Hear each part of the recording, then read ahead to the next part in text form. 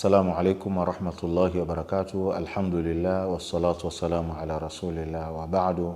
Ikhwani wapenzi wa Islam, leo kwa mara nyingine tena baada ya kimya cha muda mrefu kutokana na pirika zilizomzidi daktari katika mambo mbalimbali ya kuwasaidia watu, alhamdulillah leo amepatikana na ana madini, nikisema madini kwa maana ya ilmu ambayo anataka au amegee watu waweze kujifahamu. Kuna watu wengi sana tunaishi maisha ambayo wengine hatujui tafsiri yake, mambo yanayotukuta, chanzo chake, sababu zake kwa namna mbalimbali.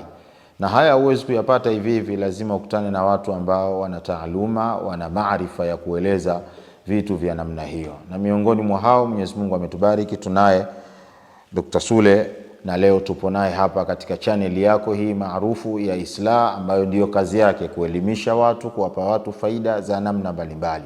Siku ya leo daktari atazungumza juu ya ndoto, kama mlivyopata bango lile lililowafikia kwamba leo tutakuwa live au dokta atakuwa live akizungumzia ndoto. Ndoto kwa maana ya tafsiri za ndoto, maana zake, lakini pia na suluhisho lake. Kwa maana ndoto zina tafsiri baada ya kuziota, lakini pia zina maana. Zina maana kwa maana ya hivyo vitu ni viwili tofauti, lakini la tatu ni suluhisho. Kwamba ikikutokea umepata ndoto ya aina hii, suluhisho lake nini? Yaani nini ambacho unapaswa kufanya?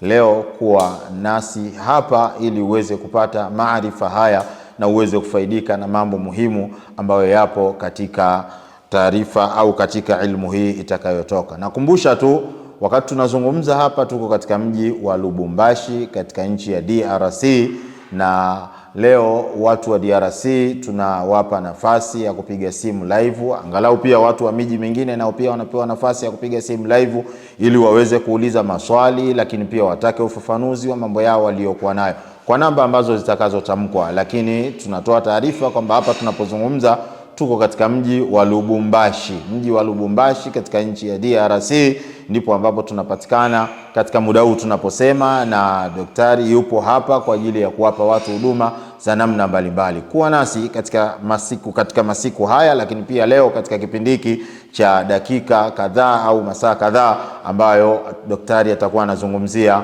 ndoto, tafsiri zake, maana zake pamoja na suluhisho lake bihaulillahi ta'ala. Baada ya kuyasema haya, daktari, salamu alaikum wa rahmatullahi wa barakatuh. Wa alaikum salam wa rahmatullahi wa barakatuh. Watu wengi sana hawajui ndoto nafasi yake katika maisha na wanaona kama kitu cha kawaida. Angalau Qur'ani imefundisha namna mbalimbali. Kusoma katika suratu Yusufu, Mwenyezi Mungu alionyesha nafasi ya ndoto pale alipompa ilmu Yusufu aweze kuitafsiri ndoto za namna mbalimbali. Mimi swali langu la kwanza, ndoto ziko za aina ngapi? Labda watu waweze kujua, ili litakuwa na maana kwa upande wao. Naam. Assalamu alaikum wa rahmatullahi wa barakatuh, wapenzi wa tazamaji wa Islah TV. Binafsi natumia fursa hii kumshukuru Allah subhanahu wa ta'ala kwa rehema zake na neema zake kuweza kutupa uhai na uzima, na leo kutukutanisha tena kwa mara nyingine tukiwa katika kipindi adhim kabisa cha tafsiri za ndoto hapa Islah TV. Nia na madhumuni yetu ni yale yale, kuhakikisha kwamba jamii inaendelea kupata ufahamu na elimu ya kutosha juu ya mambo mbalimbali yanayohusu maisha ya mwanadamu yaliyo katika mazingira ya kibiolojia ama yale yasiyokuwa ya kibiolojia. Kwanza ni kushukuru kwa kunikaribisha tena kwa mara nyingine kuweza kupata fursa ya kuzungumza na watu mbalimbali duniani.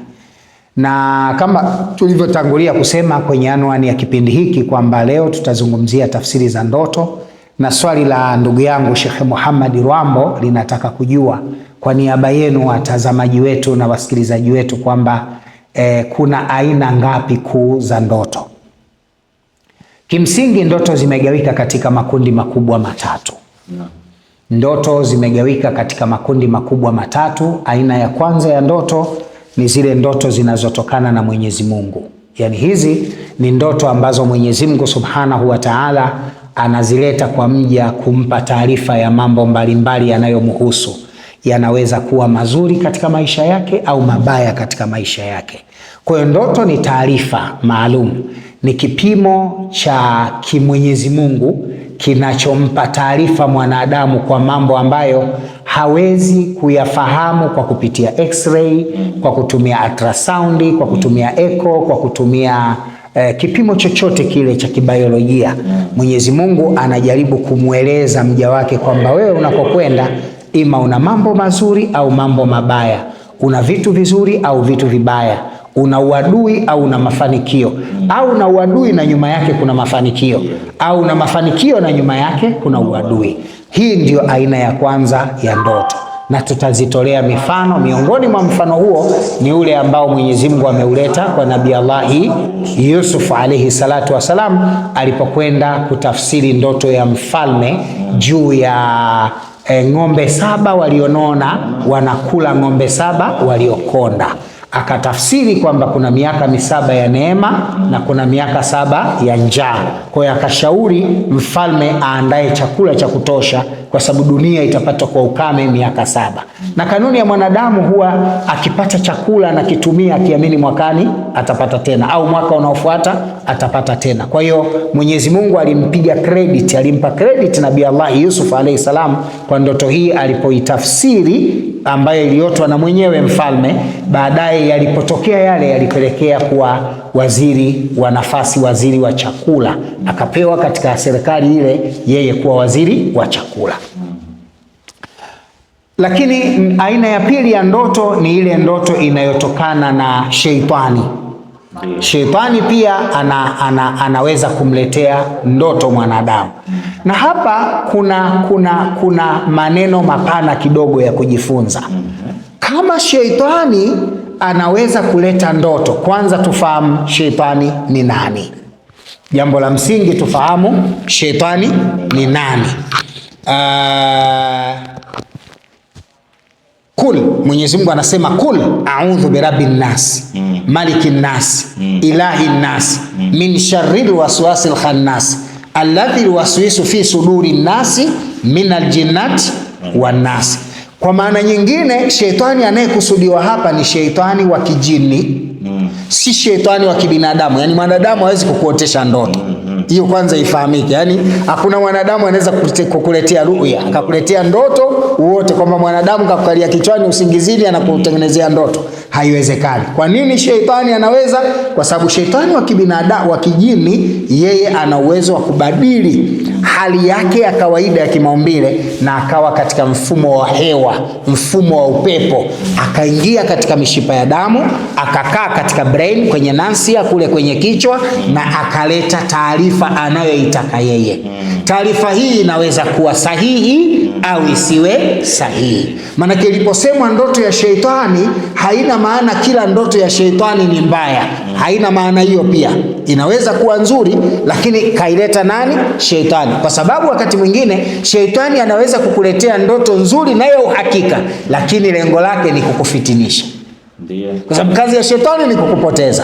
Kwa hiyo analeta ndoto, inaweza kuwa mbaya, inaweza kuwa nzuri, lakini ndoto zote mbili zinapokuja, msingi wa lengo lake ni kukufitinisha. Ima kukufitinisha na Mola wako au kukufitinisha na watu wanaokuzunguka, ukakosa ima radhi za Mwenyezi Mungu au ukagombana na watu. Mfano, anaweza kukuletea ndoto unarogwa na ndugu yako wa kuzaliwa, na wewe unaumwa na ndoto imekuja kweli unarogwa, alafu story ikaja ile siku uliyopewa tunda na ndugu yako ndio kweli siku ulianza maradhi. Yawezekana lile tunda likawa sababu ya maradhi yako, au akatumia mazungumzo au kisa kile cha kupewa tunda kuunganisha story na kile anachokitaka yeye ili wewe ugombane na ndugu yako. Kwa ndoto ya aina ya pili katika ndoto ni ndoto inayoitwa ndoto ya sheitani. Na hapa anaweza kuwa jini mzuri, anaweza kuwa jini mbaya, lakini msingi Mungu amemkusudia, Mtume sasa amemkusudia sheitani, kwamba kuna ndoto ya masheitani. Na Mtume kwa nini amegusa sana ndoto za masheitani? Hakugusa ndoto za majini wema, kwa sababu wako majini wema pia wanaweza kukupa ndoto. Kwa nini Mtume amegusa zaidi kwenye kugusa ndoto ya mashetani? Hakuzungumzia majini wema kwa sababu hawa wana madhara. Kwa hiyo alichokifanya Mtume ni kutahadharisha. Lakini la pili, Mtume ametaka usiamini sana ndoto. Fanya uchunguzi ujue ndoto ni aina gani, ili uweze kutofautisha ndoto ya Mwenyezi Mungu na ndoto ya sheitani. Kwa Mtume SAW akatufundisha hivyo kwamba ndoto ya pili ni ndoto ya mashaitani. Na aina ya tatu ya ndoto ni ndoto ya kumbukizi au ndoto ya hisia. Yaani yale maisha ambayo mwanadamu anayaishi mchana kutwa au wiki moja au mwezi mmoja. Haizidi sana miezi 6, lakini kuyaota matukio uliyoyaishi katika maisha yako. Mfano, ulikuwa umegombana na mtu, ukaota mnagombana tena. Mfano, uliota unapewa zawadi, ukaota ile zawadi. Hivyo, lakini tunaita ndoto kumbukizi. Ndoto ya kukumbuka maisha uliyoishi mchana kutwa au wiki moja nyuma au mwezi mmoja, haizidi sana miezi 6 nyuma. Mara nyingi pia ndoto hii tunaita ndoto kumbukizi, na hii ndio aina ya tatu ya ndoto. Lakini msingi wa aina hizi kuu mbili za ndoto, ndoto ya shetani na ndoto ya Mwenyezi Mungu, ukiitoa hii ya kumbukizi, hizi ndoto mbili huwa zina maana, zinahitaji mazingatio makubwa ili kujifunza katika maisha yako kwamba kuna heri iko mbele yako ama kuna shari iko mbele yako. Hii ndio maana au misingi mikuu ya ndoto. Shukran kwa ambaye anatufuatilia. Nadhani hapo kuna kitu umefunguka na umepata maarifa. Usisogee, endelea kuchukua maarifa haya ili mradi uweze kufaidika na uwepo wa Dr. Sule katika kipindi chetu hiki. Inshallah Mwenyezi Mungu awafungulie, na kama kuna mwingine msogeze ili aweze kuendelea kupata faida hii. Dr. tumepata maana, tumepata aina za ndoto. Sasa hebu tuambie maana ya ndoto. Tukisema maana ya ndoto tunakusudia nini, na je, maana ya ndoto inaweza kuwa na nafasi gani kwa mtu aliyeota, kwamba kujua maana ya ndoto yake kwake ina nafasi gani? Je, kuna umuhimu? Kwa sababu kuna watu wanaota, sio kusema kuna watu hawaoti. Watu tunalala kila siku na tunaota. Je, kuna sababu ya mtu kujua maana ya ndoto ni nini? Yaani kwake yeye kuna umuhimu wa kujua maana ya ndoto? Naam, baba, hakika ni muhimu sana kujua, lakini cha msingi sio kila mtu anaweza kufasiri tafsiri za ndoto. Hilo la kwanza. Kujua tafsiri za ndoto kuna mambo mawili makubwa. Ima karama ya Mwenyezi Mungu ambayo Mungu anampa mja wake, au inaweza kuwa elimu, amejifunza tafsiri mbalimbali za ndoto. Kwa hiyo sio kila mtu anaweza kukupa tafsiri ya kweli ya ndoto. Kwa sababu gani nasema hayo? Ndoto katika fasiri pia ina makundi matatu. Kuna aina 3 za fasiri. Inaweza ndoto kufasiriwa kama ilivyo, yaani ulichokiota ndio hicho Kafa basi kafa, atakufa kweli. Inaweza ukaiota ndoto kinyume chake, yaani mtu kafa kumbe anakuwa hai. Maana huyo unamtabiria uhai mrefu. Yes. Kwa hiyo ndoto inaweza kufasiri kinyume chake. Lakini ndoto inaweza kutafsiri, ukitoa kinyume chake, ndoto inaweza kufasiriwa katika mazingira ya kwamba hilo jambo halitatokea kabisa. Yaani inaweza kuja ndoto lakini kimaanisha hilo jambo halitakuwepo. Kwa hiyo ndoto itategemea umeileta katika mazingira gani. Mfasiri wa ndoto anafasiri kwa taaluma gani, ana elimu kwa kiasi gani. Inaweza kuja ndoto mbaya lakini tafsiri yake ikawa nzuri. Inaweza kuja ndoto nzuri lakini tafsiri yake ikawa mbaya. Mfano, tatoa aina za ndoto kama 2 ama 4 za mfano ili watu wajifunze tofauti ya tafsiri za ndoto. Katika hali ya kawaida, ukiota ndoto unachimba kaburi, inatisha kidogo. Yaani unaota ndoto unachimba kaburi. Kibinadamu ndoto hii inaweza kukuhofisha na ukahisi kwamba utazika. Jambo la kutisha kwa sababu kufa si kitu kinachopendeza. Lakini fasiri ya ndoto, ukiota unachimba kaburi, tafsiri yake utamiliki nyumba kabla hujaondoka duniani. Yaani Mungu atakuwezesha wewe, utajenga nyumba kabla hujaondoka duniani. Na ikitokea umeota ndoto hii na hukujenga nyumba, basi jua kuna nguvu ya shetani iliyozuia mafanikio, kwa sababu Kuota ndoto ya mafanikio ni kitu kingine, na kuyakuta na kuyapata mafanikio ni kitu kingine. Yani kuota ndoto ni kama wingu juu ya anga. Linaweza kuja wingu kubwa na watu wote mkaamini mvua itanyesha, lakini likaja pepo la maana likaisukuma ikanyesha kijiji cha pili. Sijui nimeeleweka? Sheitani wa kibinadamu au sheitani wa kijini ana uwezo wa kusukuma neema ulionayo, kwa sababu Mwenyezi Mungu alichozuia kutokuchezewa na sheitani wa kibinadamu na kijini ni kitu kimoja tu, riziki. Riziki haichezewi. Yani sheitani hana uwezo wa kufunga riziki, wa kibinadamu wala wa kijini hana uwezo wa kufunga riziki. Lakini kuna kipato. Sawa sawa. Sheitani anaweza kuzuia kipato. Sheitani anaweza kuondoa kipato. Hebu ufafanua hapo, ukisema riziki na kipato tofauti yake ni watu hawajaelewa. Kila riziki ni kipato, lakini sio kila kipato ni riziki. Nirudie tena hicho kipande. Kila riziki ni kipato, lakini sio kila kipato ni riziki. Mfano, kila waziri ni mbunge, lakini sio kila mbunge ni waziri. Kwa kule kwetu Tanzania tutakuwa tunafahamu hiyo. Yani ukimwona mtu yote kateuliwa ubunge Tanzania, kateuliwa waziri Tanzania, automatically mtu huyo atakuwa nani? Atakuwa mbunge, kwa sababu kapata uwaziri. Lakini haiwezekani ukaona kila mbunge ukamwita ni nani? Waziri. Riziki zote ni kipato, lakini sio kipato chote. Yani vipato vyote ni riziki, lakini sio kila riziki ni kipato. Riziki ni kipato kinachokutosheleza kukidhi haja ya maisha yako ya kila siku, ambacho hiki katika vile vipato vinne, katika yale makundi manne ya riziki, hizi ni aina mbili. Hizi ziko kwenye riziki chache inayopatikana kwa shida na riziki chache inayopatikana kwa wepesi. Kipato ni riziki chache ni riziki nyingi inayopatikana kwa shida na riziki nyingi inayopatikana kwa wepesi. Kwa hiyo mwenye ziada ya riziki anakuwa na kipato, na kipato ndio kinakuwezesha kununua gari, kipato ndio kinakuwezesha kujenga nyumba, kipato ndio kinakuwezesha kusomesha watoto shule nzuri, kipato ndio kinakuwezesha kuvaa unachotaka, kipato kwa lugha nyingine ndio kinakuwezesha kula na kuvaa unachotaka. Riziki inakuwezesha kula unachopata. Kuna tofauti ya kula na kuvaa unachopata na kula na kuvaa unachotaka. Wenye riziki wanakula wanachopata, yani anachokadiria Mungu hiyo siku ndio hicho hicho. Siku Mungu akiamua ule ugali na dagaa, huna jeuri ya kwenda kula ugali na sukuma wiki, utakula na dagaa huo huo. Lakini wenye kipato wataamua wale nini. Yani anaamka kabisa kwamba leo nataka maini na maini yapo, na atakula maini. Halina mjadala, atakula maini, hana mjadala, hana shida ya kushindwa kula maini, kwa sababu anaweza kupanga timetable ya chakula ya wiki nzima.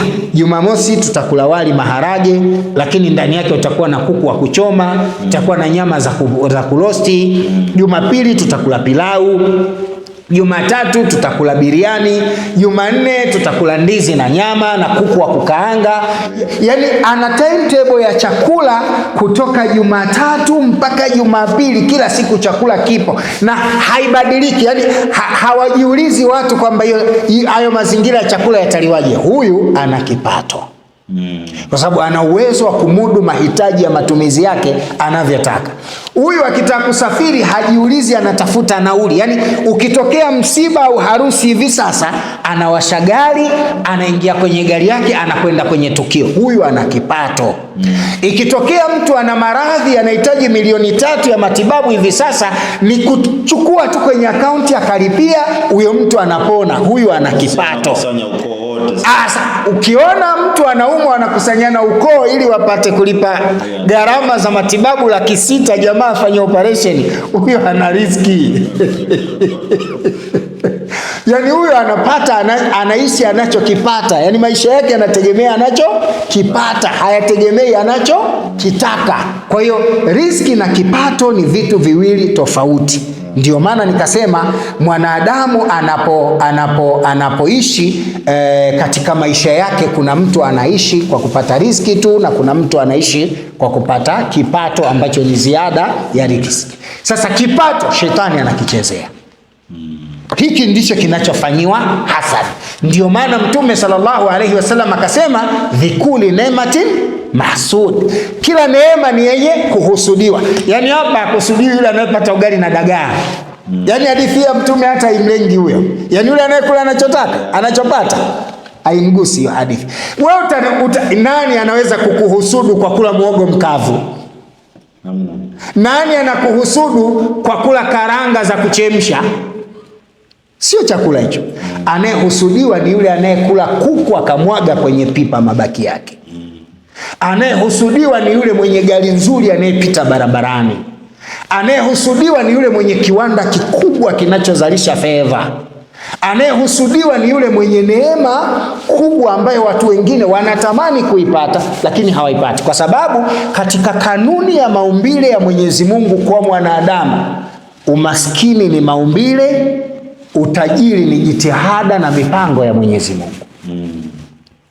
Umaskini ni maumbile. Umaskini maumbile, kwamba ukizaliwa basi wewe una jambo. Yaani mtu yeyote anayezaliwa anazaliwa maskini, na ndio maana siku ya kuzaliwa hakuna anayekuja na nguo, hakuna anayekuja na pesa, hakuna anayekuja na chochote. Unachozaliwa nacho ni afya tu. Hakuna cha ziada unachozaliwa nacho. Vyote ili uvimiliki utavipata baada ya kuzaliwa. Ima umerithi kutoka kwa wazazi wako, au baada ya kuwa mtu mzima ukafanya jitihada kuvitafuta.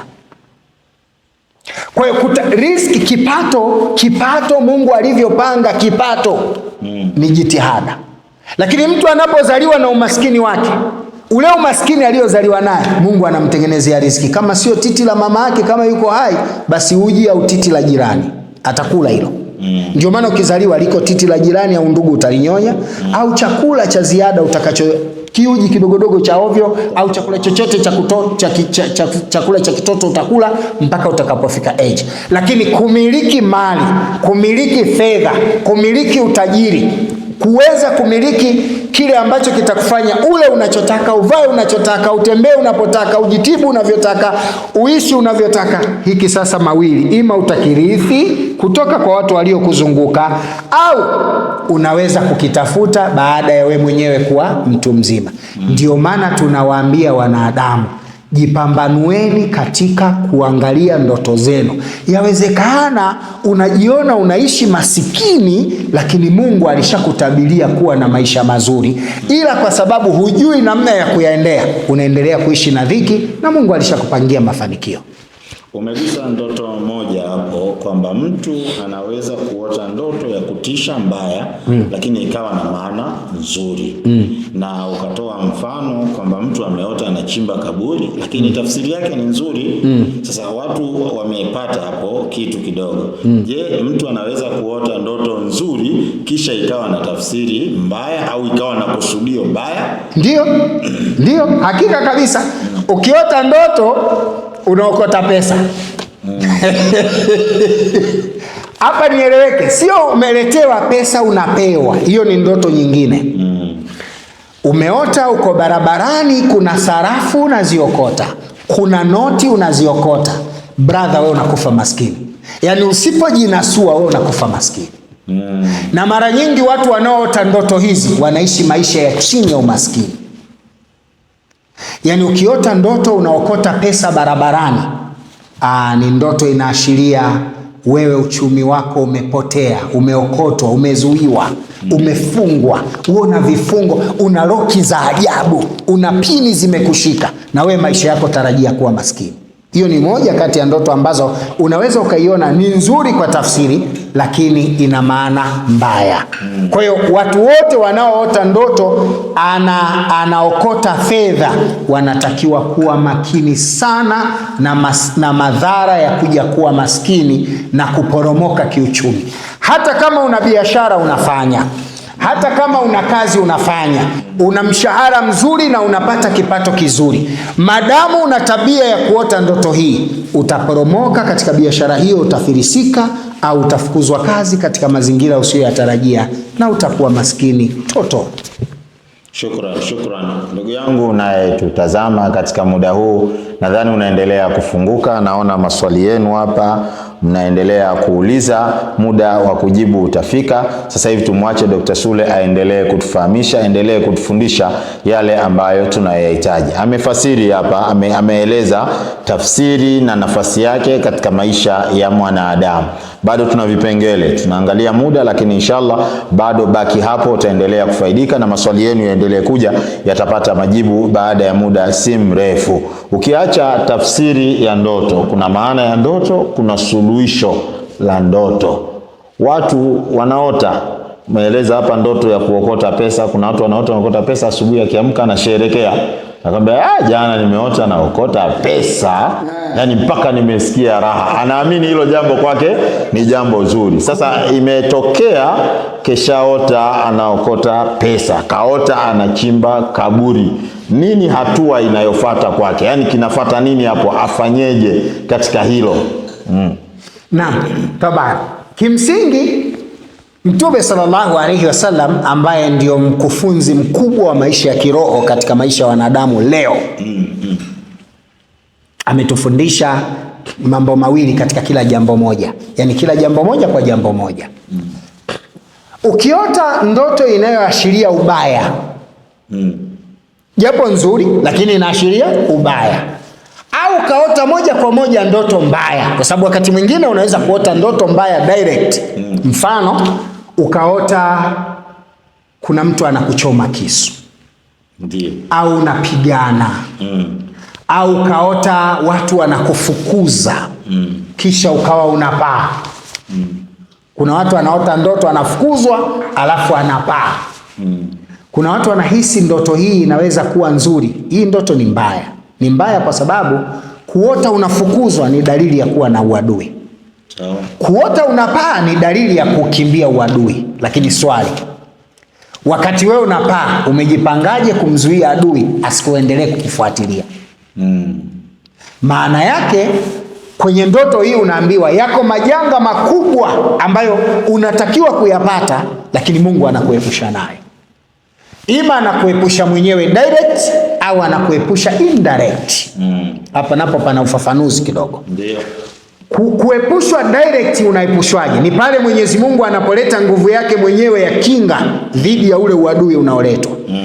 Na namba 2 ni ile Mungu kukuletea kiumbe wa kukusaidia ili kuepuka katika lile tatizo au kutoka katika ile dhiki na shida. Mfano wa Nabii Allah Yusuf alayhi salatu wasalam, wakati anatumbukizwa kwenye kisima, kile kisima kilikuwa kirefu sana.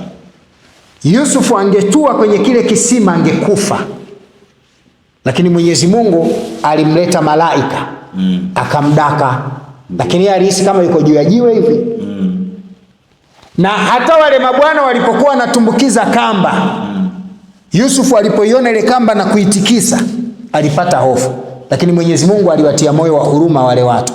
Walipomuona kibinadamu, yule aliyemuona anachota maji alafu uone umemvua mtu anakuja juu mtu, lazima uachie kamba ukimbie. Ndio. Huwezi kuwa na moyo, huwezi kuwa na moyo wa kusema ngoja tu huyu atoke nani. Unajuaje? Labda anakula watu. Yaani lazima hofu ingekuja. Na kaingiaje, na kwa nini kakaa huko muda mrefu? Lakini kile kitendo tu cha wale kuona huyu atakuwa, hapana bwana, ngoja tumtoe. Maana yake pale Mwenyezi Mungu indirect alitumia viumbe kumnusuru nani? Yes. Kwa hiyo kuna viumbe tofauti pale. Kuna malaika Rahmani kwa sababu yeye ni mtume wa Mwenyezi Mungu, na kuna wanadamu alimnusuru kwa sababu yeye ni mtume wa Mwenyezi Mungu. Kwa hiyo kuna wakati Mwenyezi Mungu unaweza akakuletea kinga ya mabalaa. Yako mabalaa yanataka kutupata, lakini yeye Mwenyezi Mungu anayakinga kwa sababu ule wakati wa kupata yale mabalaa bado, na pengine Mungu ana makusudi ya kutuzuia na yale mabalaa, huenda tukashukuru neema zake. Ndiyo. Lakini kuna wakati Mwenyezi Mungu Subhanahu wa Ta'ala kwa mapenzi yake anaweza kukupa viumbe wa kukunusuru hata we mwenyewe una habari. Mfano, maisha tunayoishi hapa kuna majini wengi kuliko wanadamu juu ya mgongo wa ardhi. Majini ni wengi kuliko wanadamu. Yaani kanuni inaonyesha katika kila mwanadamu mmoja anaweza kuwa na sawa na idadi ya zaidi ya majini 10 wamemzunguka. Yaani kama tutakuwa wanadamu bilioni 6, basi unapiga mara 10 au mara 5 ya majini waliopo duniani. Lakini swali linakuja, mbona hatukwani nao kila tunapopita? Kwa nini hatukwani nao? Kwamba kwa wingi wao ilipendeza tuwe na msongamano tena mkubwa, lakini kwa nini hatusongamani nao? Hilo swali la kujiuliza sana. Hatusongamani nao kwa sababu kuna viumbe wengine wanatusaidia kuwapisha wale wanaotakiwa kukwana na sisi wakae pembeni, kwa sababu kuna baadhi ya majini ukikwana naye lazima uanguke chini. Lazima upate madhara. Ukikutana naye tu uso kwa uso lazima upate madhara. Au utaanguka, utapata mshtuko. Mtume sasa wakati anafanya mchango katika vita vya Tabuk, kama unakumbuka vizuri, maswahaba walikwenda wengi kuleta sadaka. Abubakar Siddiq wakati anakwenda, unakumbuka kipande, alikutana na jini na akaanguka. Mtume akamfanyia dua. Nini maana yake? Tunachojifunza kwamba mashaitani hawa ukikwana naye bila ya kujipanga, kwa sababu yeye ana mfumo wa moto kimaumbile, lazima upate madhara katika maisha yako. Nini tunachojifunza? Kwamba Mwenyezi Mungu ametupa viumbe wanaotusaidia kutukinga baadhi ya vitu hata sisi wenyewe hatujui. Ziko nyakati tunarogwa sisi, Mwenyezi Mungu anatupa viumbe wa kutusaidia. Ule uchawi kabla haujatuletea madhara, wao wanautoa kwenye mwili, wanatafuta pa kuupeleka, lakini tunakutana nao. Yanayotupata madhara ni madogo zaidi kuliko tunayokusudiwa na viumbe binadamu na majini katika maisha yetu, wale ambao ni mahasimu wetu. Sasa wakati mwingine Mwenyezi Mungu Subhanahu wa Ta'ala anatupa kinga katika maisha yetu bila ya sisi wenyewe kujijua. Haya Mwenyezi Mungu anayafanya yote kutusaidia sisi katika maisha. Pamoja na hayo pia ziko neema tunasaidiwa kuzipata nje ya jitihada zetu. Zipo. Yaani Mungu anatupa viumbe watusaidie kutupa neema nje ya jitihada. Unafanya jitihada ndogo, lakini matokeo ya neema yanakuwa makubwa. Mwisho unajiona kama mchawi, yani kijaribu tuimo. Unaweza ukajihisi ni akili yako, lakini kumbe kuna Mungu ameleta viumbe ambao wanakusaidia wewe kupiga hatua bila wewe kujijua. Kwa maana hiyo sasa, unapopatwa na ndoto mbaya au unapopatwa na ndoto nzuri, nini cha kufanya? Mtume sallallahu alaihi wasallam anatufundisha, ukiota ndoto mbaya ufanye dua ya dafal bala, yani dua ya kujikinga na uadui, kwa sababu unaoneshwa kuwa uadui ima umeshakupata au uko njiani unasubiri kukupata. Kufanya dua ya kinga ni kuzuia. Kama umekupata unaubatilisha, kama unataka kuja unaukinga, unakusaidia kubaki salama. Lakini ikitokea umeota ndoto nzuri, unatakiwa ufanye dua ya kufungua riziki, ya kufanikisha, ya kutengeneza mambo yako, yani kuharakisha ile riziki ikupate kwa ukaribu. Na hapa kwenye dua kuna vitu viwili. Inaweza kuwa dua kisomo na inaweza kuwa dawa za kuoga au kunywa au kutumia, ambazo zitaendana na kuifanya yani nyota yako au mafanikio yako na ile neema vikutane kwa haraka. Kwa sababu wakati neema inakuja, kuna viumbe wenye macho yasiyokuwa ya nyama wanaiona kwamba fulani ana neema. Wanaijuaje? Kwa sababu Mwenyezi Mungu si anatoa taarifa katika samai dunia kwa kila kiumbe, taarifa zake zinasomwa pale, huyu atakufa siku fulani. Kwa hiyo wako viumbe wanapata taarifa mapema, wanajua fulani mwaka huu anakwenda kununua gari, kwa usiku huu wa Lailatul Qadri na nusu Shaabani hii, huyu kaambiwa mwaka huu atakwenda kununua gari. Basi ile ndoto ya gari inakuja, lakini mwisho wa ndoto huwezi kupata hiyo gari. Kwa nini? Kwa sababu kuna kiumbe anajua kuna kitu kizuri kinakuja, anakifanyia hasadi. Na hasadi si lazima akuroge, ile kuumizwa tu, kwa sababu hii hasadi si lazima afanye binadamu, kwamba kamuona mtoto kamfanyia hasadi. Hata jini akifanya hasadi na kupata, na hiyo neema inaweza isije. Ndio maana anasema minal jinnati wan nas, wanaofanya hasadi ni majini na wanadamu katika mashaitani. Kwa hiyo hasadi inaweza kukupata, hasadi inaweza kukushika na neema ikapotea. Kwa hiyo nini cha kufanya? Ni hivyo viwili. Kama ndoto mbaya ni kuomba dua ya kinga, na kama ndoto nzuri ni kuharakisha mafanikio katika maisha ya. Shukran. Kwa maelezo ya dokta, kama umemsikiliza vizuri, ndoto ndio maisha. Yaani ndoto inaleta tafsiri ya matukio, maisha yako na mambo yako kwa ujumla uliokuwa nayo. Usidharau ndoto yako, hakikisha unapata mtaalamu anakuelekeza juu ya ndoto hiyo uliokuwa nayo, nini kitakutokea. Miongoni mwa wataalamu wao tunaye hapa Dr. Sule. Dr. Sule, kuna swali ambalo naliona ni muhimu kabla sijaingia katika maswali ya watu.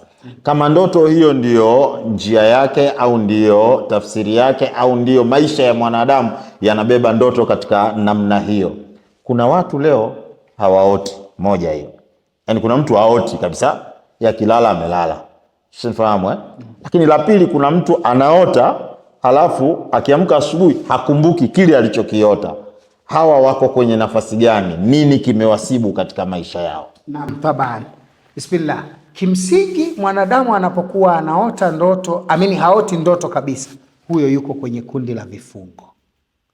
Na ukiona huoti ndoto kabisa, sio Mwenyezi Mungu. Hapo kuna nguvu ya shetani imekuzunguka, ima shetani wa kibinadamu au shetani wa kijini ambaye amefanya moja kati ya mambo manne. Yani umepatwa na moja kati ya mambo manne.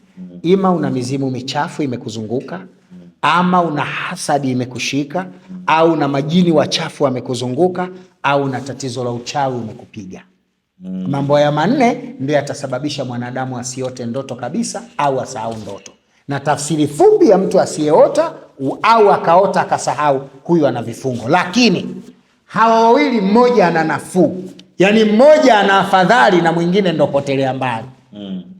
Mwenye afadhali huyu anayeota kisha akasahau, yani anakumbuka leo nimeota, lakini nimeota nini vile, huyu kifungo chake kina nafuu.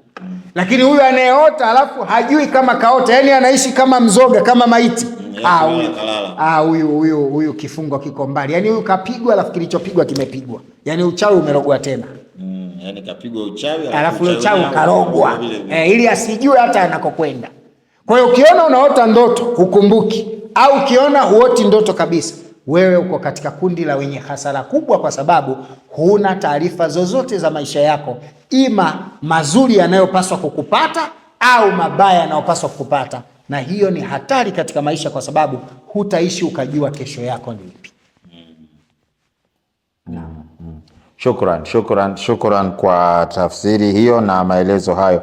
Kuna watu wengi sana naona wanaingia kwenye hasadi gadi, na wengi wanauliza, sijajua, hatujagusa lakini wameanza kuulizia hasadi gadi, na wapo ambao wanauliza wako Dar es Salaam wanaupata wapi, shanifahamu na wengine wanajaribu kuuliza una nafasi gani katika ndoto.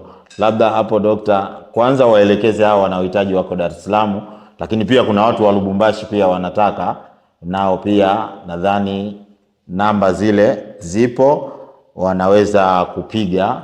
Hali ya kuwa pia tunawaambia kabisa Dr. Sule yuko hapa Lebata, jirani na Ikoma Lodge. Ikoma Lodge kwa wale wanaojua iko jirani ya Lebata. Ukifika hapo ukafanya mawasiliano haya ambayo yapo katika skrini yako hapo unaangalia, ukipiga simu basi utakaribishwa. Dr. Sule yupo hapa kuanzia saa 2 ya asubuhi mpaka saa 11 ya jioni, Jumamosi mpaka Alhamisi kasoro Ijumaa. Ijumaa pekee usije, sababu Ijumaa ni siku ya ibada. Dr. Sule anafanya mapumziko kwa ajili ya harakati nyingine. Kwa hiyo wale wote ambao mko Lubumbashi, mnataka udi, mnataka kumuona Dr. Sule, namba ni hizo hapo zinapatikana.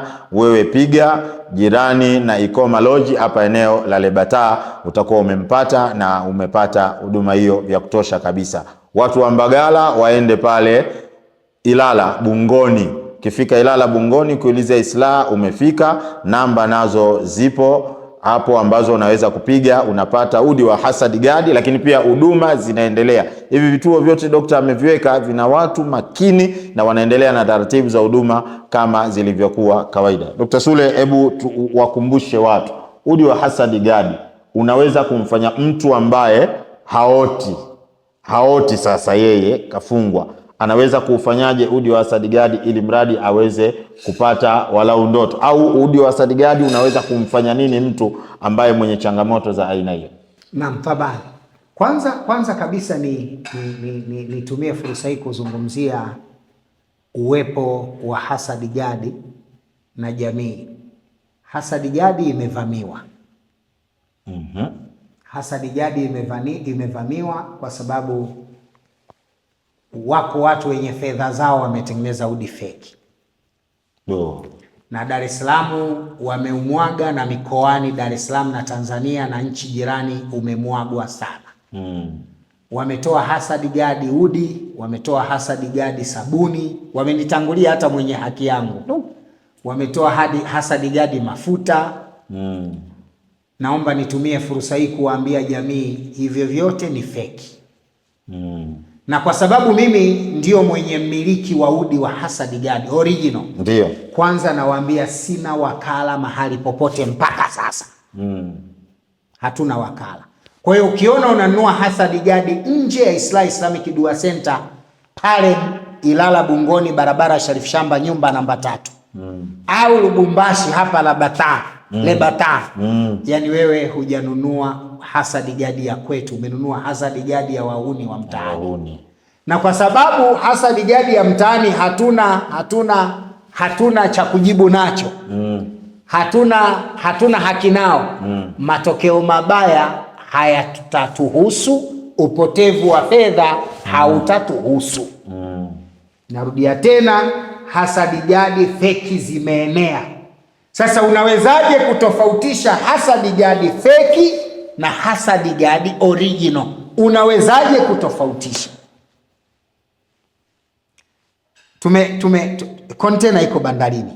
Ndio. Hatujafanya makosa. Tumeleta udi na hivi sasa Hasad Gadi ina logo ya Islah TV la kwanza. Lakini la pili tumeusajili rasmi nchini Tanzania.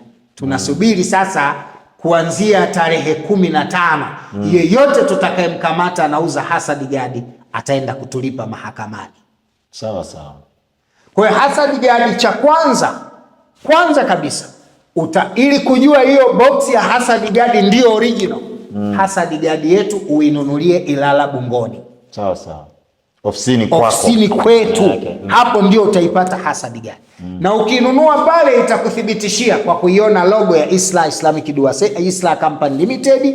Na kutakuwa na namba za simu mbili. Zote, moja inaishia 800-400 na moja inaishia 800-700. Kwa hiyo ndo Hasad Gadi ya kwetu. Lakini pia itakuwa na pisi 60 hapo ndani. Ukiona pungufu maana yake hiyo si uongo. Hasad Gadi ambayo haina logo zilizobaki chache ziko Lubumbashi, ambazo ukija tutakuuzia wenyewe. Zile ni original. Kwa sababu sio toleo jipya. Kwa hiyo nitumie fursa hii kusema Hasad Gadi tumeifanyia mabadiliko.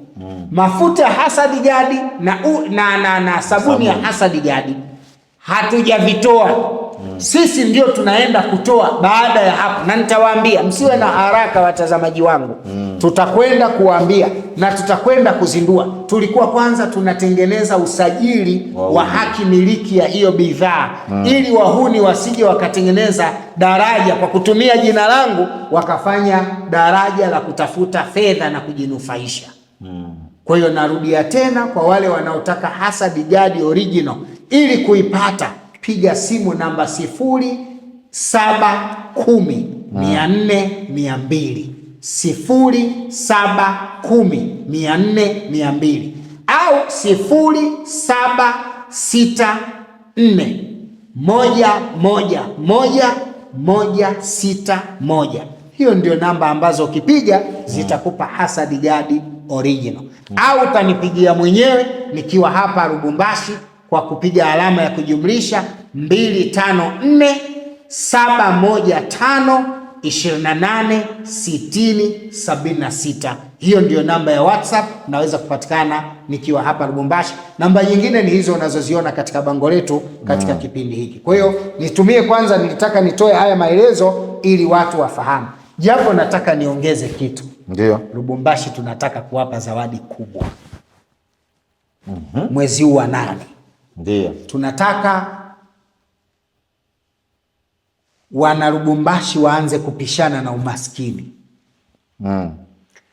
Nguvu ya shetani katika kuzuia mafanikio tunataka kupambana nayo kwa gharama nafuu lakini kwa uhakika. Kuna bidhaa 3 zinakuja kwa wakati mmoja. Lakini hizi naomba niseme ni heshima kwa Wakongomani. Nitafanya Lubumbashi tu. Yani hii wa Dar es Salaam hawapati, Nairobi hawapati, Msumbiji hawapati, nchi zote hawapati, Lubumbashi na Kongo kwa ujumla wake. Wewe Mkongomani jiandae, mwezi huu wa 8 mwishoni na kuja na zawadi moja ya maana, au mwanzoni mwa mwezi wa 8 inshallah, huwa 7 mwishoni au mwanzoni mwa mwezi wa 8, na kuja na bidhaa ya aina yake. Nataka nije nitoe maelezo hapa ili mtu apate kunieleza kwa kina, na hili jambo litakwenda sambamba na dua maalum ambayo itafanywa kwa watu wote watakaoshiriki katika jambo hili. Zawadi inakuja, jambo linakuja. Nimelibrief tu, sitaki niliguse. Muda ukifika nitalieleza. Madhali tuko hapa na vipindi vitaendelea, mengi mtayapata. Vipi hasadi gadi itakusaidia katika mambo yako? Mpenzi mtazamaji, hasadi gadi, moja ya sifa yake ya kwanza, hasadi gadi ina uwezo wa kurejesha ndoto zako. Ndio.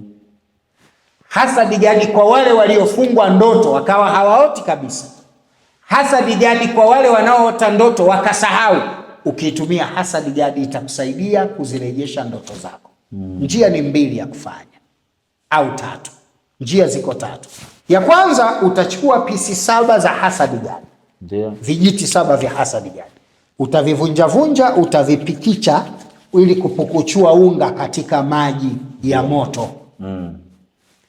Alafu utaacha kwa muda maji yapoe kiasi unachoweza kuoga. Yale maji utayaoga nyakati za asubuhi, au unaweza kuoga asubuhi na usiku kama tatizo kubwa. 7 asubuhi, 7 usiku ndio bora zaidi. Kuoga njiti 7 asubuhi, 7 usiku ndio bora zaidi, kwa maana utalazimika kutumia boksi 2 za hasadi gadi. Wakati huo usiku utachoma udi mmoja kwa kuweka nia kwamba mimi fulani bini fulani na kusudia kufungua ndoto zangu. Kama nimefungwa na shetani, kama nimefungwa na wachawi, kama kuna hasadi imenishika, mizimu mibaya inanisumbua, na choma hasadi gadi hii na ufungua mwili wangu. Hakikisha ule moshi uwe unakupitia katika mwili. Ukipendeza jifunike, kama huwezi basi kaa tu utajifukiza, zungushe ule moshi ukufukize. La pili, la tatu, utachukua njiti moja ya hasadi gadi, utakwenda kuiweka kwenye pilo yako, kwenye mchago wako, kwenye mto unaolalia. Utaweka upande wa kichwani kule unapolalia, utalala. Please jitahidi usifanye tendo la ndoa, na kama umefanya, oga ulale msafi. Hata kama si Muislamu, oga. Yani usiwe umelala na umekutana na mwanamke ulale, au umekutana na mwanamume ulale. Oga, ukishamaliza kuoga, oga kwa namna yote unayoona wewe inakufaa kuwa umeoga. Maana kuna tofauti ya kuoga na kujitoharisha. Oga na maanisha oga, ondoa lile josho. Jiogeshe, oga, na ikiwezekana lala umevaa nguo. Usilale uchi kabisa. Lalia ule udi wako. Wallahi tumepokea simu nyingi sana za pongezi juu ya udi wa hasadi gadi. Umewasaidia watu wengi sana. Hatua ya kwanza, ndani ya siku 7 hizi tunatarajia ndoto zako zitafunguka. Utaota na utauota mkanda katika maisha yako.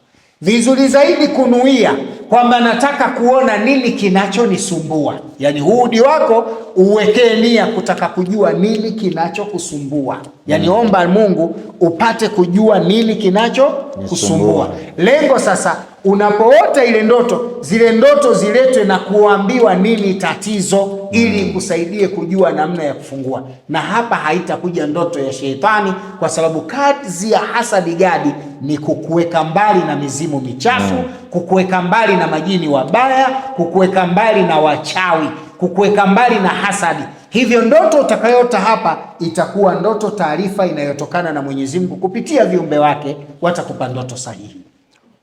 Shukran Dokta. Sasa hapa nina maswali mengi, mengine yanafanana, lakini la kwanza, kuna mtu anauliza ili swali maarufu sana, kwamba mimi nikilala naota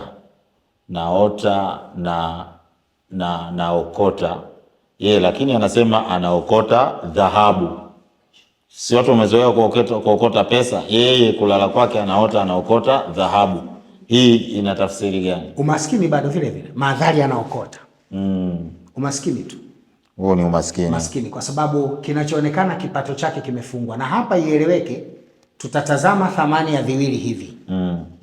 Anayeokota fedha, anayeokota dhahabu, anayeokota almasi, anayeokota chochote kile katika madini, vito. Thamani ya dhahabu ni kubwa kuliko thamani ya fedha. Maana yake kwamba huyu ni maskini, huyu amefungwa. Na unapoona umeokota hivi, maana yake wewe neema unayo lakini imefungwa. Si umenielewa? Ukiota unaokota pesa, maana yake neema unayo lakini ile neema imefungwa. Kipato unacho lakini kile kipato kimefungwa. Ukiokota dhahabu, maana yake neema ipo lakini ile neema imefungwa. Kile kipato chako kimefungwa. Lakini huyu anayeota anaokota fedha, neema yake ni ndogo kuliko huyu anayeota anaokota. Yani hiyo iliyofungwa yeye ni ndogo kuliko huyu anayeokota dhahabu. Maana yake tafsiri yake neema yake yeye ni iko juu na imepigwa hasadi. Kwa hiyo ikifunguliwa, maana yake huyu ana mafanikio makubwa kuliko huyu anayeokota fedha. Ndugu yangu, umepata hiyo taarifa? Kuna huyu anauliza, mimi nikiota jambo asubuhi linatokea. Huyu nini maana yake? Huyu atakuwa na mizimu ya uganga au majini ya uganga. Huyu anatakiwa kuwa mtibabu, na akijiangalia vizuri kwenye familia yao kuna mtu alikuwa na kazi ya kutibu watu. Huyu ana majini ya uganga au ana mizimu ya uganga. Huyu ana kalba ya utibabu, ana nyota ya utibabu. Huyu anasema yeye ana kawaida kusikiliza Qur'ani suratul Baqara, lakini haoti. Yani anasikiliza Qur'ani usiku na akilala yeye haoti chochote. Kusikiliza Qur'ani hakukufanyi lazima uote. Qur'ani suratul Baqara ni kinga kwa mashetani katika eneo ulilonalo. Lakini inawezekana una shetani anaishi ndani yako, na inawezekana na Qur'ani anaijua lakini akawa muasi. Kwani si wapo walevi waliojimaliza juzuu 30 na wanakunywa pombe? Kwa hiyo ninachotaka kusema tu katika hili, kusikiliza Qur'ani na kuota ndoto havina mahusiano. Bali kuwa salama mwili wako na kuota ndoto vina mahusiano. Unaweza kuwa unaswali sana na ukawa na vifungo. Unaweza kuwa muasi sana na ukawa hujafungwa na vifungo vya shetani. Inategemea, kwa sababu wakati mwingine shetani anakuhitaji wewe unayefanya uchamungu sana kuliko yule ambaye hafanyi uchamungu. Huyu anasema yeye anaota anarudi shule. Yani yeye ndoto zake mara nyingi anaota akiwa shule, kwa maana kurudi shuleni. Kwa kawaida mtu anayeota ndoto yuko shule, ima anasoma au yuko mazingira ya shule au anafanya mitihani anashindwa, lakini anaota ndoto yuko shuleni. Mtu yeyote anayeota ndoto yuko shuleni, tafsiri yake huyu mtu atarudi nyuma kimaisha. Ana vifungo vinavyomrejesha nyuma kimaisha, kwa sababu kanuni ya mwanafunzi huwa ni kuwa tegemezi. Kwa unapoota ndoto, maana yake unapoota ndoto ya kuwa uko shule, maana yake utakuwa tegemezi katika maisha yako. Una vifungo vinavyokufanya uwe tegemezi katika maisha yako. Maana yake huyu riziki zake zimefungwa, kipato chake kimefungwa. Huyu ana hali mbaya ya kiuchumi. Huyu ana vitu vibaya vinamnyemelea kumharibia. Ima unaweza kuwa uchawi, au inaweza kuwa hasadi, inaweza kuwa majini wachafu, au anaweza kuwa na mizimu mibaya. Haya, ndugu yangu, unaendelea kuwa nasi hapa, unaruhusiwa kutuma swali lako hapo kwenye TikTok, ndipo ambapo napokea haya maswali, na wewe tuma la kwako, ili mradi Dr. Sule aweze kukufasiria hapa na uweze kufaidika na uwepo wako katika kipindi hiki. Kuna huyu anaota, anasema mimi mara nyingi naota nipo jangwani au pwani. Yani yeye hiyo ndio ndoto yake, anaota mara nyingi yuko jangwani au pwani. Ndoto mbili tofauti hizo. Ukiota uko jangwani na hakuna mtu mwingine mbele yako, unatembea, maana yake una safari ndefu ngumu ya maisha katika maisha yako. Una vifungo, maana yake una ukame, kwa sababu jangwa ni ukame. Sehemu yote yenye jangwa ni ukame. Maana yake yeye anatembelea katika njia ya ukame, anatembelea katika maisha ya ukame. Maana yake yeye ana maisha magumu, ana vifungo vinavyopelekea kuishi maisha magumu. Hata kama ana riziki zake anazipata, hizo riziki lazima mwisho wa siku zitaporomoka na atakuwa maskini, au atakuwa tegemezi, au atakuwa na maisha magumu.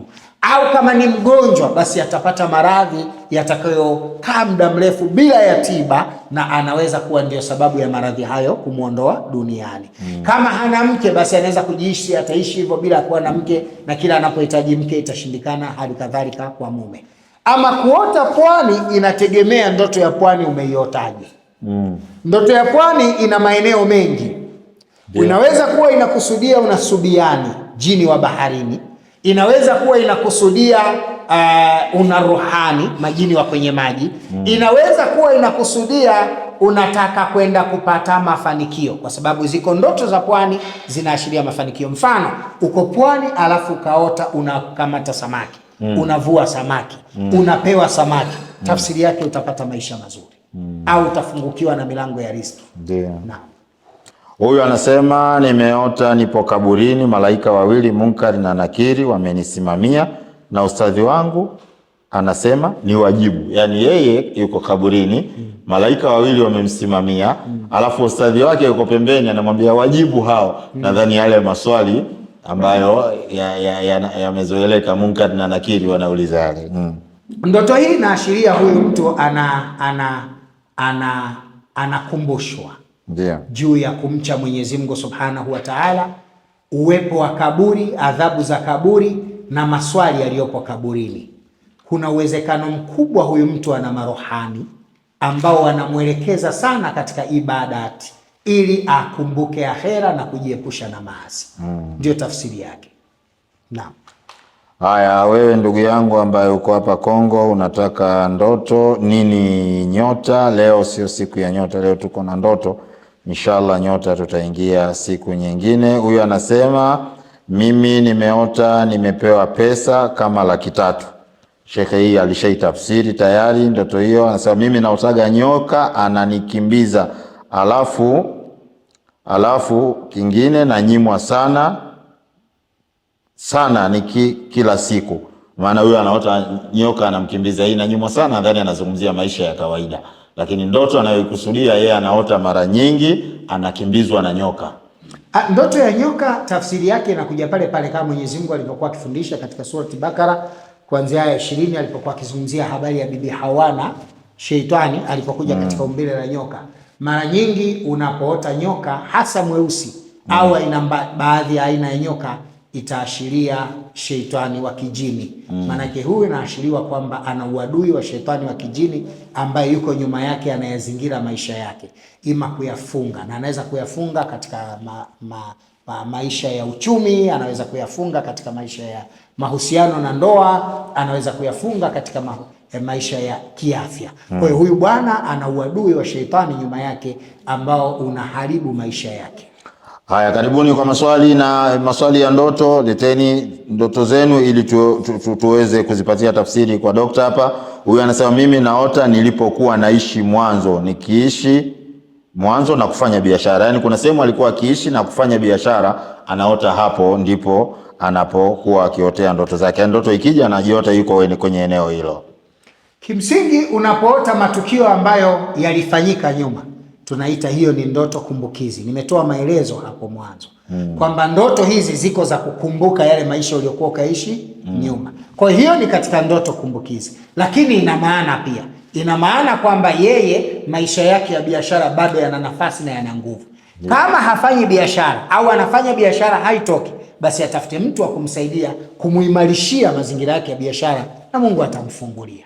Shukrani. Wewe ambaye umetuma message unalalamikia kwamba umetuma pesa kwenye namba za ofisi ambazo jina limesoma Dr. Sule na hujapata udi wako, nadhani tuma tena malalamiko yako kwenye namba hiyo au kwenye namba ya Dr. Sule ambayo ameitaja hapa ya kwake mwenyewe. Utashughulikiwa swala lako na inshallah haki yako utaipata. Ipotei haki ya mtu hapa.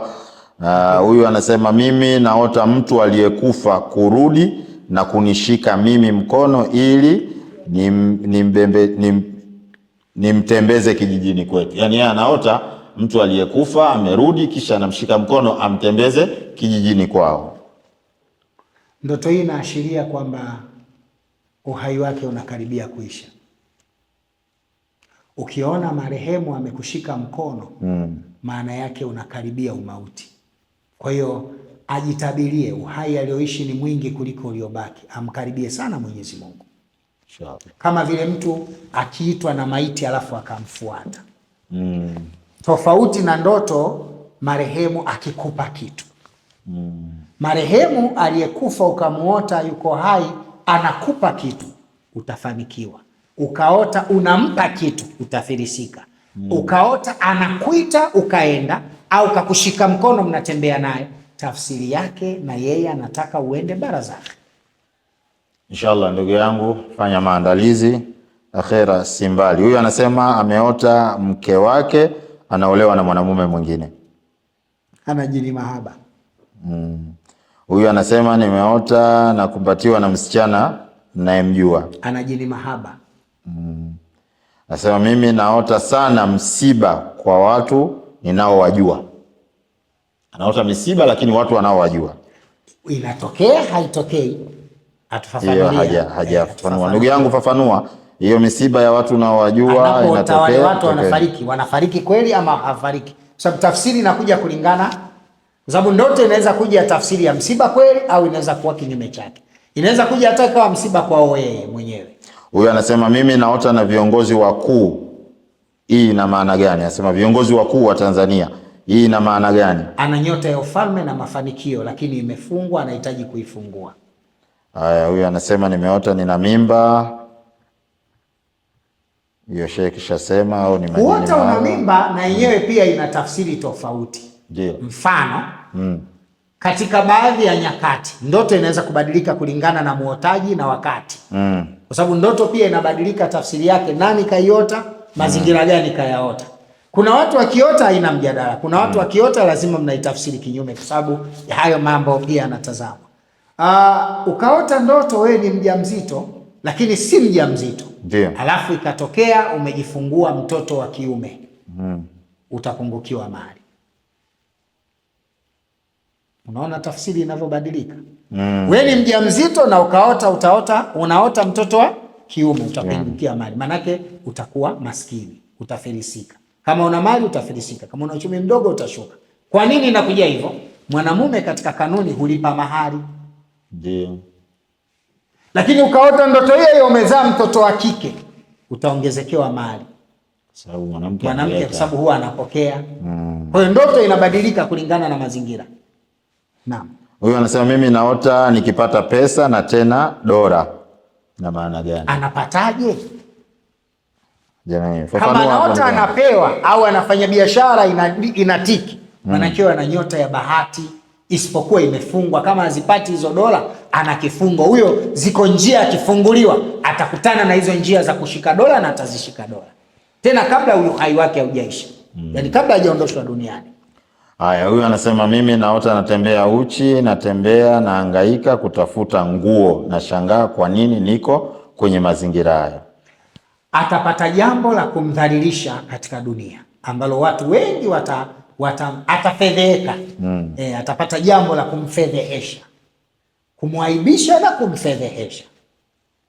Unajua kuna tofauti ya aibu na fedheha. Ndio. Na watu wengi wanashindwa kujua tofauti ya aibu na fedheha. Aibu, mfano mimi na wewe tuko ofisini kwako. Mimi nimekuja ofisini kwako. Ofisini kwako nimekutamia 10,000 mfano. Alafu wewe umetoka ukachukua 10,000 katia mfuko. Alafu ukarudi tukaongea, mimi nikaaga naondoka. Wewe unakumbuka umeweka 10,000 na huioni 10,000. Na hakuna mtu mwingine kaingia baada ya mimi na wewe. Ni mimi tu. Kwa hiyo wewe unaanza kuhisi na kuiona imani kwamba Sule kachukua shilingi 10,000 yangu. Yaani Sule kanichukua, si angeniomba tu. Si umeelewa? Hiyo ni aibu. Hapo nimepata aibu. Lakini ikatokea sasa wewe una CCTV kamera pale. Alafu kanita, Sule, njoo. Nikaja. Hivi uliona 10,000 yangu hapa? Sina. Mimi wallahi sijachukua. Sule, usifanye hivyo, mimi ndugu yako. Kama ulikuwa na shida niambia hapa. Ukanigeuzia screen, naona ninavyoikwapia, naitia mfukoni. Hapo sasa nimefedheka. Huyu anasema mimi naota nyoka namtafuta ili nimuue. Yaani nyoka, yeye anaota nyoka anamtafuta nyoka ili amuue. Maana yake anapambana na adui yake katika maisha yake. Ana nguvu ya viumbe nyuma yake inamsaidia kupambana na maadui zake bila yeye kujua. Ndio sema spiritual power ambayo Mungu anaweza kuleta ikakusaidia kupambana na maadui zako bila wewe kujua. Ndio hicho kinachotokea. Anasema naota nacheza ngoma za majini nikiwa nimepandisha na kuwatibia watu. Huyo ni mganga. Huyo ni mganga, anatoka kuingia kwenye kazi ya uganga. Aangalie tu asiingie kwenye uganga utakaomuasi Mwenyezi Mungu. Lakini huyo ni mganga. Sio hiyo tu ndoto, hata ukiota uko kwenye vibanda, umeota nguo za rangi, zile rangi, wako watu majini wanaweza kukuotesha rangi. Na hapa kidogo nataka nitoe ufafanuzi. Uganga uko wa namna kadhaa. Ya kwanza ni ile ya kusoma. Ya pili ni ile ya kutunukiwa na Mwenyezi Mungu. Ya tatu ni ile ya kupewa na viumbe. Yaani viumbe kuwa na wewe wakataka ufanye kazi. Si unaeleweka sawa sawa? Na wanaweza kuwa wazuri ama wabaya kulingana na mazingira. Na viumbe wanaweza kuwa katika categories pia. Wanaweza kuwa mizimu mibaya au wanaweza kuwa majini. Inategemea. Sasa mtu anaweza akaota rangi, nguo za rangi, kijani, nyekundu, nyeupe, nyeusi, na kwa kawaida 99%. Kimuuliza mtu yote, rangi hizi zinaashiria huyu mtu ni mganga mshirikina. Ndivyo sivyo? Sasa yani jamaa umeenda kwa kukutana nguo nyeupe, nyekundu, nyeusi. Huyu ni mshirikina. Nature yake huyu ni mshirikina. Kwa majini wenyewe hizi zina maana gani? Achilia mbali mganga anavyozitumia. Kuzitumia mganga ni kitu kingine. Na malengo ya majini kwenye hizo rangi ni kitu kingine. Kabla ya Mwenyezi Mungu kumleta Adamu na kizazi chake ambao ndo sisi, dunia hii ilitawaliwa na majini. Wao ndo walikuwa watawala wakuu. Majini walipoishi katika dunia hii walitawala kwa falme za kikoo. Ndio maana unaambiwa koo za majini ziko 660. Hizo ndo koo zote za majini. Manake tawala za kifalme duniani za majini zilikuwa 660. Kila falme, na hiyo ndio kama unavyoona leo mataifa ya nchi, kwamba dunia bara la Afrika lina nchi 54. Tumeelewana sawa sawa? Na koo za majini na zenyewe zilikuwa mataifa 660. Koo za majini zilikuwa 660. Sasa ukienda katika himaya ya majini hawa, utatambuaje kwamba sasa uko himaya nyingine ya majini? Utatambuaje? Hizo za mazao. Si inaeleweka sawa sawa? Ndio. Utatambuaje kwamba sasa niko kwenye himaya ya koo ya Subiani? Sasa niko kwenye himaya ya koo ya Ruhani. Sasa niko katika himaya ya koo ya Bedui. Sasa niko kwenye himaya ya koo ya Subiani. Na wengine kwa majina yao. Utajuaje sasa uko kwenye koo hii? Na utajuaje tabia za koo hiyo? Si inaeleweka sawa sawa? Sana. Unajua leo ukienda Marekani, ukiona fregi ya Marekani tu unajua wa Marekani ni watu gani. Rais wao, majeshi yao, taifa lao, unawajua Wa Marekani wako mbele kwenye teknolojia na ubabe wa kivita. Yaani unajua kabisa kwamba Marekani ni jeshi. Yaani yenyewe tu ni nchi ya kijeshi. Russia ni nchi ya kijeshi. Korea ni nchi ya kijeshi. Ukiona fregi ya China, wafanya biashara. Yaani fregi yao tu inakupa nafasi, hawa bwana wafanya biashara wakubwa sana hawa. Hawa biashara wanazifanya sana hawa. Hawa wako vizuri kwenye biashara. Nimeleweka sawa sawa Maana yake kwamba bendera ya nchi yoyote itakupa nafasi ya kujua nature ya tabia ya taifa hilo. Maskini sana utajua, wana mafuta mengi utajua, wana uchumi mkubwa utajua, wana uchumi mdogo utajua. Sasa koo na falme za kijini zilipokuwa zikitawala, zile falme zao walikuwa wakijitambulisha kwa rangi. Fregi hii wanatumia rangi nyekundu. Koo hii wanatumia fregi ya blue. Koo hii wanatumia fregi nyeupe. Na aina yao ya ile fregi, ile bendera yao ndiyo ilikuwa inasomesha tabia yao. Kwamba huu ni ukoo wa majini wacha Mungu sana. Huu ni ukoo wa majini wacha Mungu sana. Hapo ndo nakuta lile kundi wanaojiita masharifu. majini wanaojiita mashairifu katika kundi la kiruhania. Hao wacha Mungu, yani wao na ibada na wao. Na aina hii ya majini, hata kama atafika mahala ataasi, atakuja kukaa na mwanadamu akataka kufanya naye kazi za tiba yake mtu huyo itakuwa sana ya dua.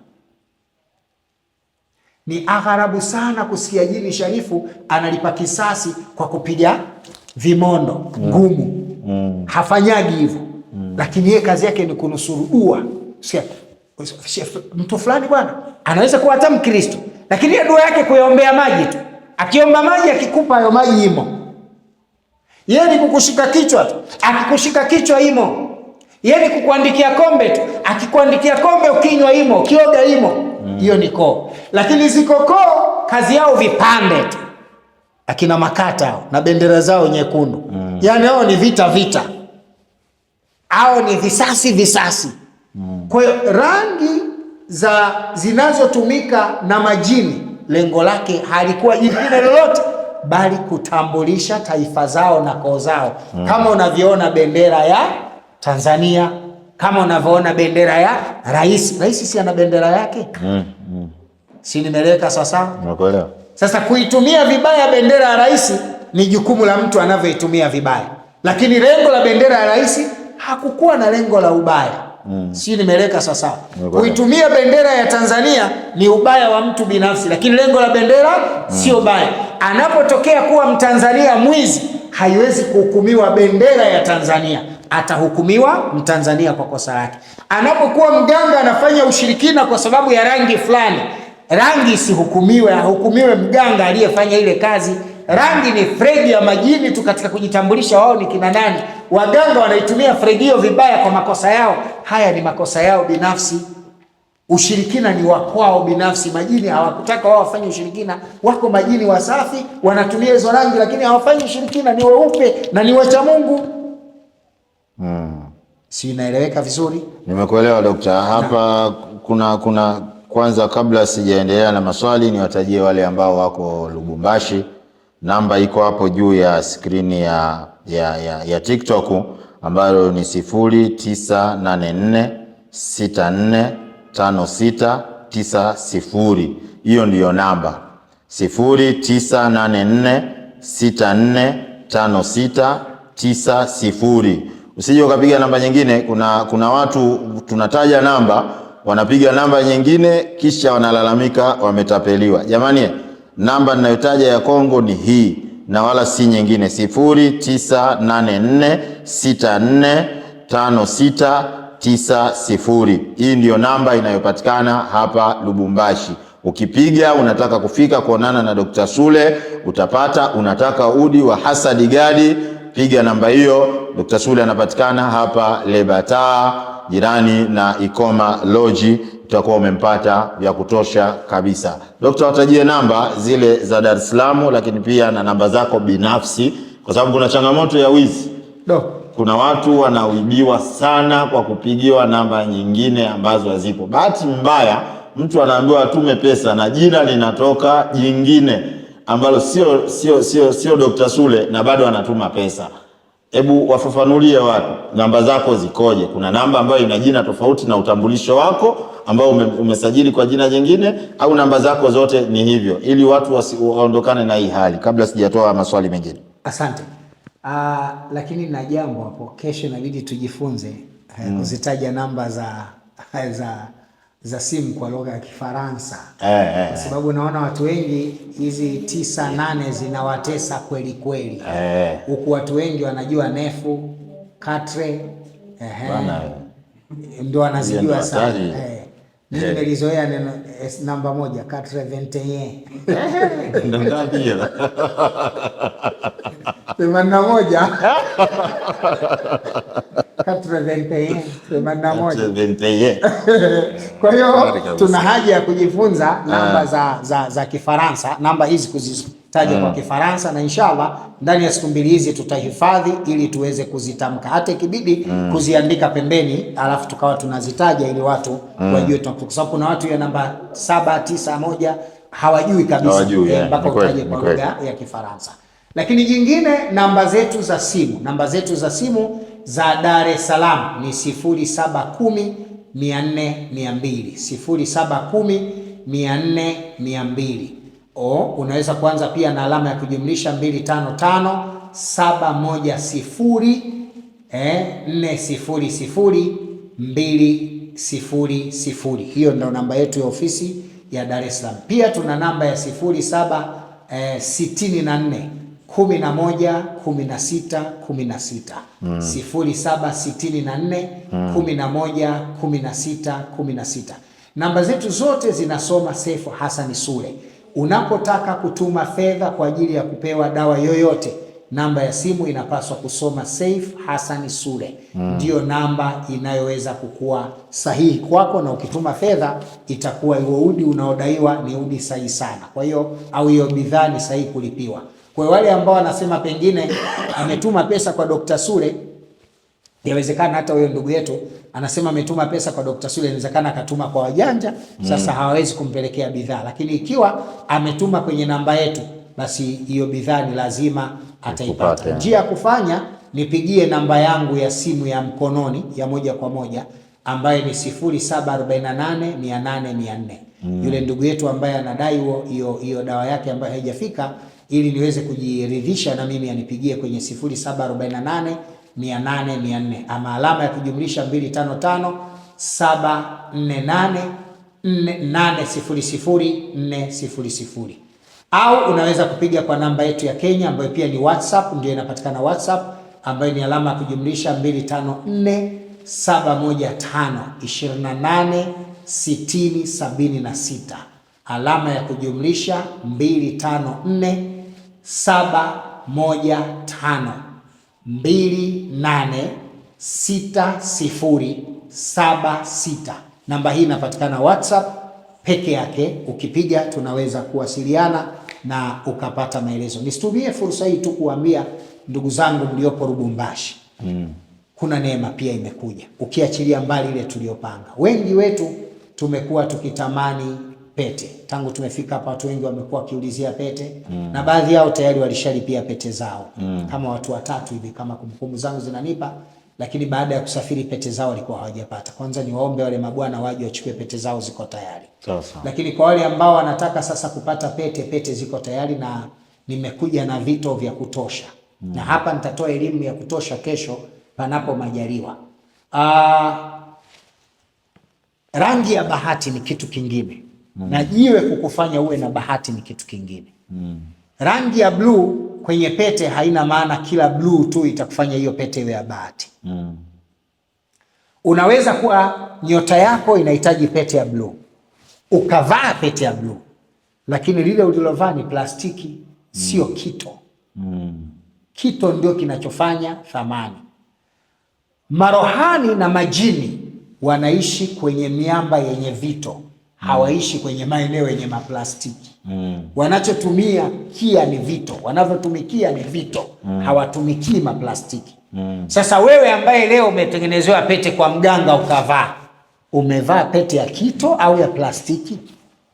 Maana kuna vito vya plastiki fake ambavyo mtu anatengeneza kinang'aa, lakini sio kito, ni plastiki ambalo limetengenezwa kwa mtindo wa kito.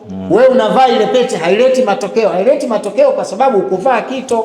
Kito kinauzwa kwa thamani, na ndio maana pete inakuwa ya thamani. Huwezi kuwa mtu anakuambia na kuuzia pete au nakupa pete ya mafanikio chini ya dola 1000 alafu unatarajia utafanikiwa. Huo uongo. Ndio maana wako watu pete mpaka milioni 7, milioni 8, milioni 10 na zaidi. Kwa nini? Kwa sababu kile kito ndio kinachobeba thamani ya pete, na ndio kinachotengeneza mawasiliano baina yako na nyota yako na sayari inayotumikia nyota yako ili kuleta mafanikio unapotoka. Kwa sababu ile ndio inakuunganisha na wizara unayoitumikia wewe. Ukiwa mtumishi wa serikali katika wizara ya afya, kinachokutambulisha ni ganda la wizara ya afya lenye muhuri wa wizara ya afya. Wewe una ganda la wizara ya afya umetengeneza mtaani, lakini halina muhuri wa moto wa wizara ya afya, huwezi kupata mshahara, huwezi kupata mafanikio, huwezi kulipwa marupurupu, huwezi kuajiriwa kama mfanyakazi wa hiyo. Hata kama utakuwa na unaning'inia kule TANESCO, unakaa kwenye milingoti, lakini madhali si muajiriwa wa TANESCO, huwezi kupata mshahara mwisho wa mwezi. Vivyo hivyo kwa watu wanaotaka mafanikio. Pete inahitaji taaluma Pete inahitaji jiwe linaloendana kwa thamani na hiyo pete unayovaa na nyota yako, ndiyo italeta mafanikio. Kwa watu wengi wamekwenda kupatiwa pete kwa waganga, lakini pete hazikuleta matokeo. Kesho nawaahidi hapa nitawaonyesha baadhi ya pete na vitu ambavyo haviko kwenye pete. Na niseme tu, si lazima iwe pete, kinaweza kuwa kito tu ukakiweka kwenye pochi kikafanyiwa kazi na kikafanya kazi. Kwa sababu kuwa pete ni kupenda tu kuvaa kama urembo. Kinaweza kuwa kito tu, kile kito tu cha jiwe lako ukawa nacho na kikafanya kazi, kwa sababu kito ndo kinachovuta ile silver au dhahabu au chuma au shaba. Itategemea na aina ya wewe ulivyo, unatakiwa kuvaa pete kwenye na eneo gani, kwa sababu unaweza kuwa nyota yako inasapoti na shaba, yani kito chako kinasapotiwa kwenye shaba, kito chako kinasapotiwa kwenye chuma, kito chako kinasapotiwa kwenye dhahabu, kito chako kinasapotiwa kwenye goldi au kwenye fedha. Sasa hii inategemea kwa utaalamu wa yule anayetengeneza pete, kwamba pete yako inatakiwa isapotiwe kwa kito cha namna gani, na ikikosekana kito hicho, kukaa labda dhahabu huna uwezo, mbadala wa dhahabu uwe nini? Hivyo vitu tunavitazama. Kwa hiyo niwaambie tu wale wote ambao wanataka mafanikio katika kutumia pete, pete zitapatikana kuanzia kesho panapo majaliwa. Siku ya Jumatatu unaweza kuja kwetu hapa ukafanikiwa. Nadhani kesho itakuwa ni tarehe 13 mwezi wa 7 2026. Kwa hiyo kuanzia kesho mtu yoyote anayetaka pete atakuja hapa Lebata, inshallah atakuja kupata pete hizo na tutakupa utaratibu. Lakini usiwe unataka mafanikio ya pete una dola 200, una dola 300, tusije tukadanganyana. Ni bora tukuambie ukweli, haliwezekani kuliko tukupe kitu kisilete matokeo, ukaona tumekutapeli, tumekuibia, tumekudanganya. Lengo letu hapa si kutafuta pesa ya kula, lengo letu hapa ni kukupa mafanikio ya kweli. Usitake kuwa na posho ya shilingi, yani income ya shilingi 50,000 kwa siku, lakini ulichokodisha ni baiskeli. Haiwezekani. Huwezi kupata baiskeli kwa kukodisha baiskeli moja shilingi 50,000 kwa siku. Ukiona mtu apata 50,000 kwa siku, huyo kakodisha haisi, huyo ana haisi iko mtaani ndio inaweza kuleta 50, ana probox iko mtaani ndio italeta 50,000. Sasa wewe unapotaka mafanikio alafu huna uchumi na unang'ang'ana tu ufanikiwe, ni sawasawa na kulazimisha kupanda mahala pasipowezekana. Tutaendelea kuwafundisha na kuelimisha ndugu zetu. Unapotaka mafanikio lazima ukubali kujitoa. Mafanikio yanahitaji gharama. Mafanikio yanahitaji gharama, ndio unaweza kufika kwenye mafanikio. Naam. Shukran. Kuna mtu anasema urudie namba yake hapa baadaye, nadhani sio vibaya mwisho ukairudia. Nadhani itaje ndoto 2 kama sikosei, ambazo ukizitafsiri zitakuwa na faida kwao. Wa kwanza huyu anasema anaota amepanda farasi au tembo. Farasi, kuna siku anapanda farasi, kuna siku anapanda tembo. Hii ndoto ina maana gani kwake? Ina maana 2, na hasa nianze na hii ya tembo.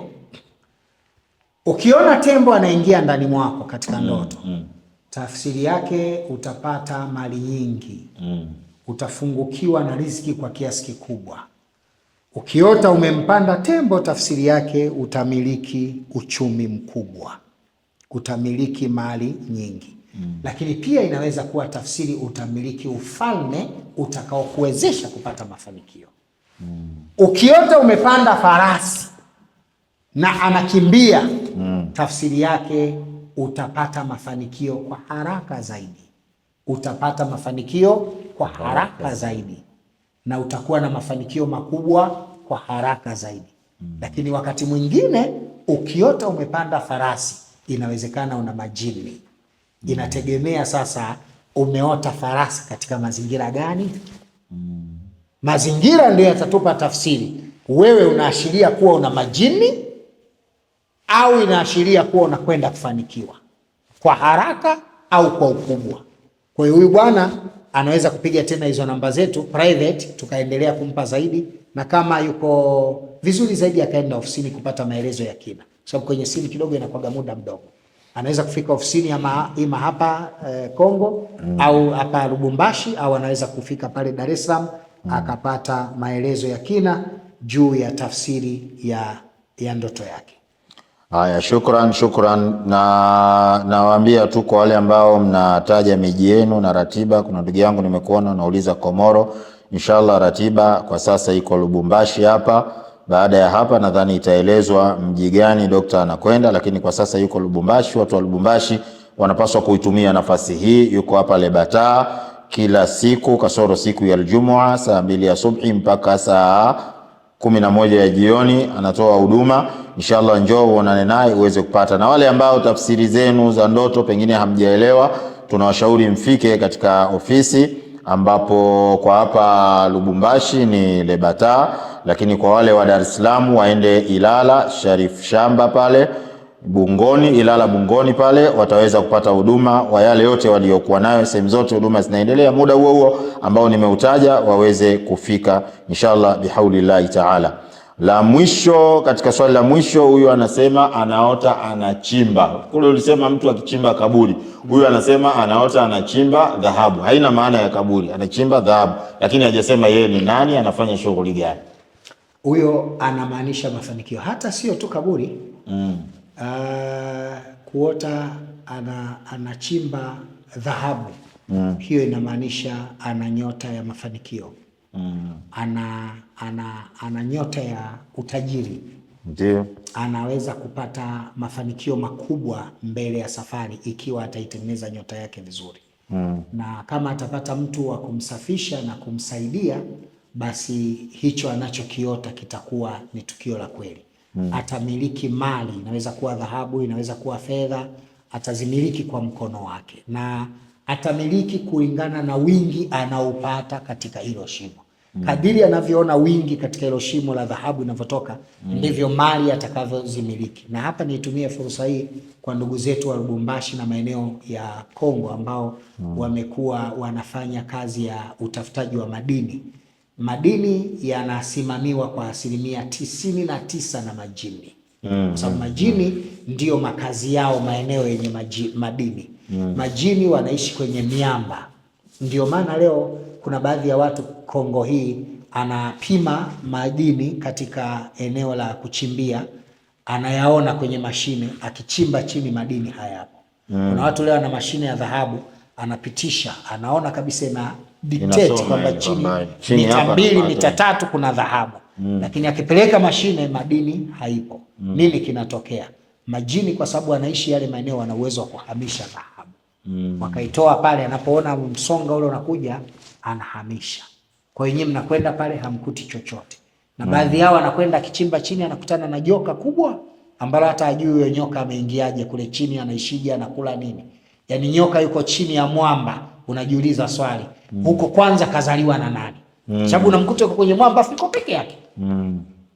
Nyoka yuko chini ya mwamba ambako hakuna shimo, na yuko kule na yuko mzuri. Sasa swali unajiuliza, yuko na afya njema, anakula nini? Anakula nini na kafikaje? Kwa sababu nyoka ni kiumbe kinachoishi, na pia lazima atagwe. Yuko mama yake alimtaga akatotoa ndo akaishi. Sasa kule umemkuta yuko peke yake, katagwa na nani? Au waliomtaga wapo wapi? Ushawahi kujiuliza hilo swali wewe unaichimba madini?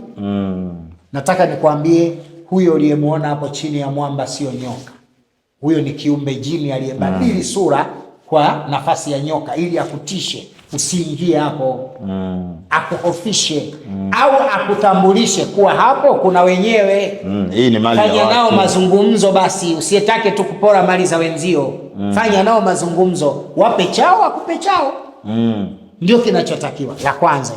Lakini jingine niwaambie watu wanaochimba, wanaotamani kuchimba madini. Kuna watu leo anaweza kwenda mahala akachimba madini, labda akaona kopa, akadictate mashine, kopa ikaonekana labda iko 5, 6, 7, 8.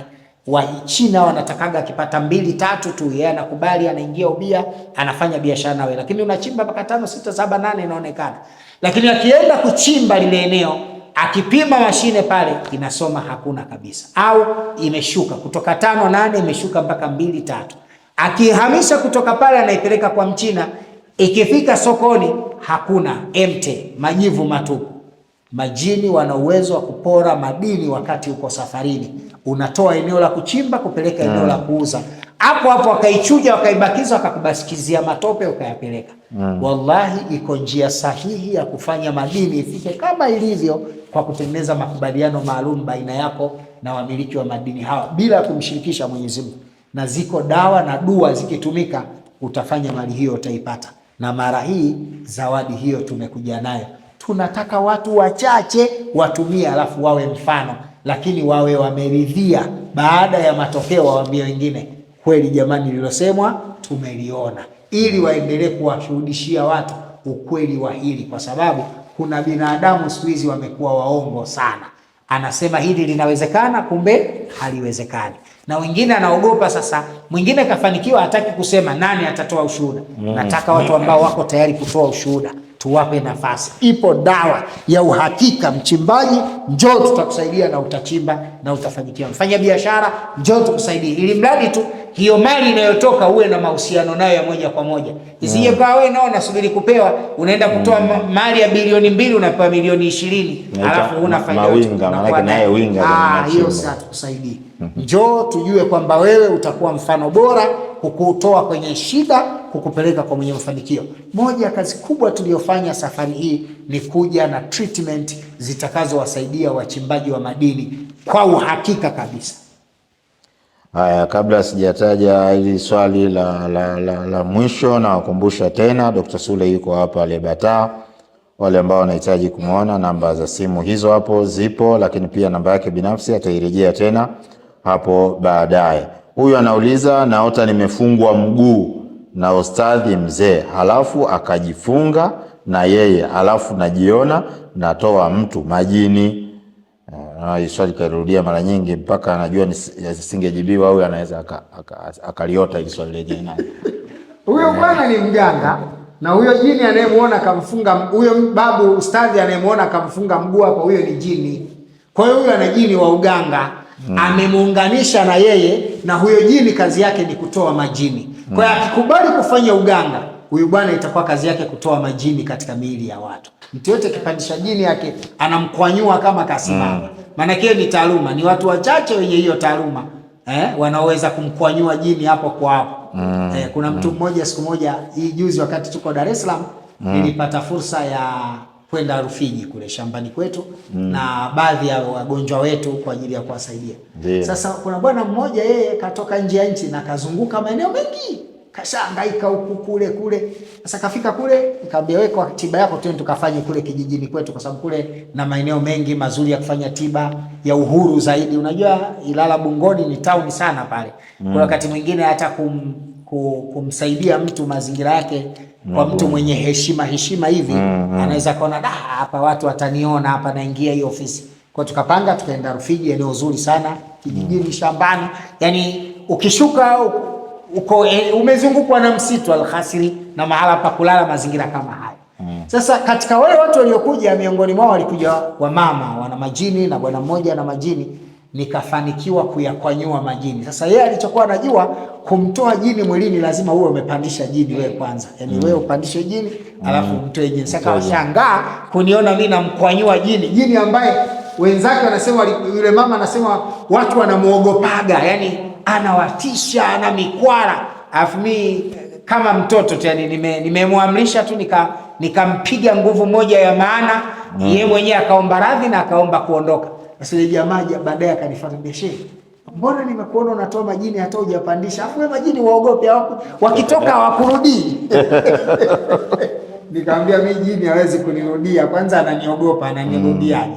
Hawezi kunirudia. Kwa hiyo nataka tu niseme kwenye kutoa majini, wako majini wanatoa majini kwa majini wenzao, na wako wa binadamu Mungu kawapa karama ya kutoa majini. Japo mara nyingi huwezi kufanya hiyo kazi mpaka nyuma yako uwe na majini. Basi pokuwa majini wanagawika. Kuna mtu anaweza kuwa na majini hapandishi. Kuna mtu anakuwa na majini anapandisha. Mwingine anakuwa na majini anaoteshwa, mwingine anakuwa na majini anamsemesha tu kwenye sikio, ili fanya hivi, maisha yanaenda. Kwa sababu majini anaweza kuishi na mwanadamu kulingana na mazingira ya ule ukubwa wake. Ile unajua majini wako kwenye daraja. Kuna daraja za majini hawapandi kichwani. Ziko daraja za majini hawapandi kichwani kwa mtu.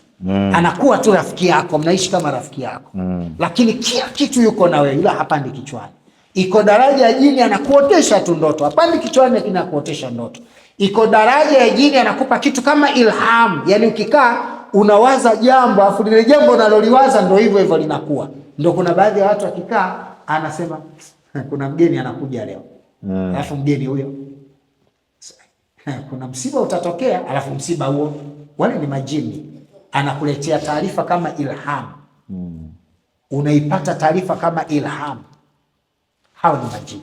Kwa hiyo na kuna daraja ya majini anapanda kichwani, anafanya kazi. Kwa hiyo inategemea daraja ya jini uliye naye. Shukran. Kwa wale ambao hawana taarifa, kesho tutakuwa na kipindi tena hapa. Muda nadhani director wetu ataweka muda wake saa ngapi itakuwa, lakini ni usiku kama kawaida, na anasema ni saa 2 mpaka saa 5. Sawa, saa 2 mpaka saa 5. Kesho mada yetu ni nyota. Kwa saa za wapi? Saa 2 mpaka saa 5 kwa Lubumbashi, saa 3 mpaka saa 6 kwa Tanzania. Ndio hivyo. Saa 3 mpaka saa 5 kwa saa za Tanzania. Kwa saa 3 mpaka saa 5 saa za Tanzania. Saa 2 mpaka saa 4 kwa saa za Lubumbashi. Saa 2 mpaka saa 5. Mpaka saa 5. Kwa saa kule itakuwa mpaka saa 6.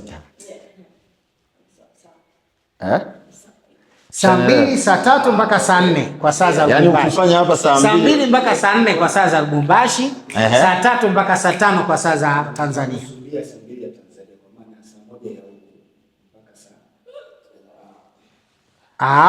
Saa 1 ya huko.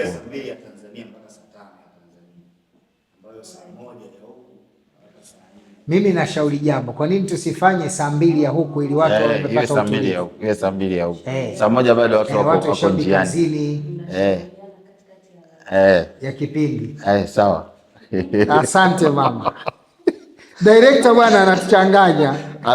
Muda. Ndio maana mimi nilimpa nafasi ya yeye kuweka bango lile katika nyakati husika. Tutaona kwenye bango.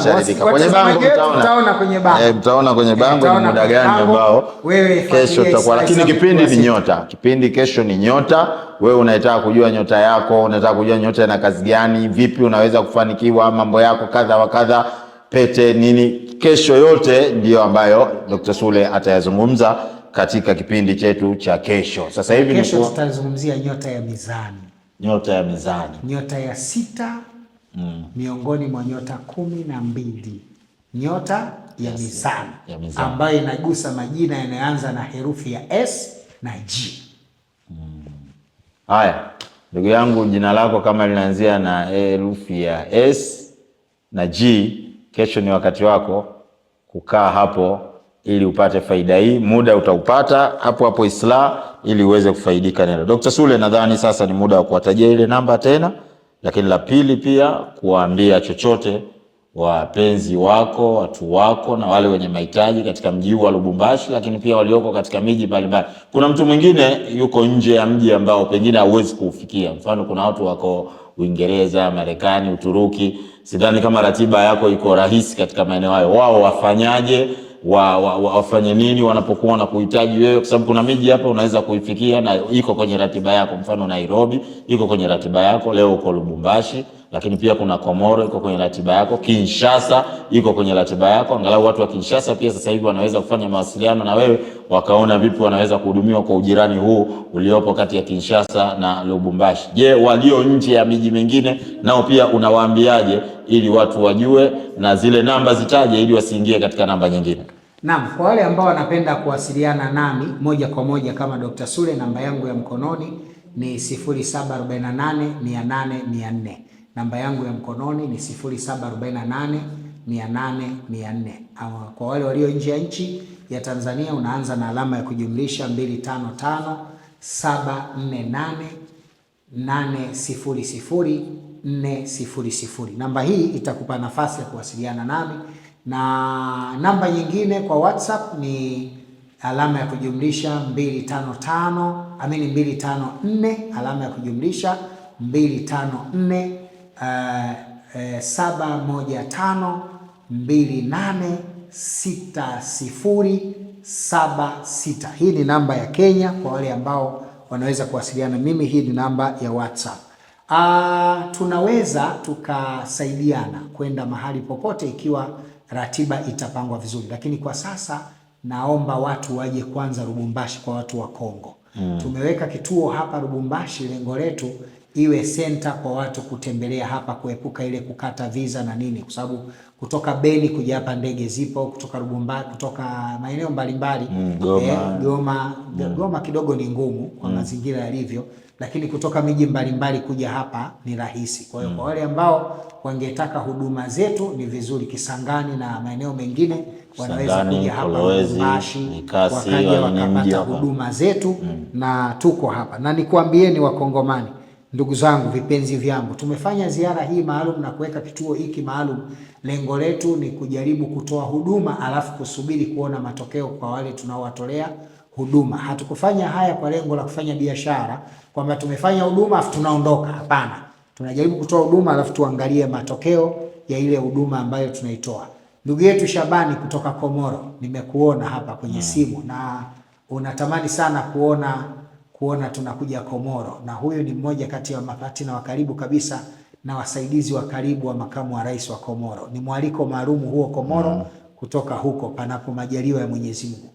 Sasa tuliahidiana mwezi wa 8, wasubiri mwezi wa 8, tutaangalia nyakati za mwisho. Kipindi hiki kwanza tuko Lubumbashi, tumalizane na watu wa Lubumbashi. Kumekuwa na maombi mengi sana ya wafanya biashara na watu katika mji wa Lubumbashi, na leo nitajaribu kutuma message kwa wale ambao walikuwa kinitafuta kwenye simu kwamba sasa tuko Lubumbashi na tuko tayari kukuhudumia. Kama nilivyosema, mada ya kesho tutazungumzia tafsiri ya nyota. Tutazungumzia nyota, na hapa tutazungumzia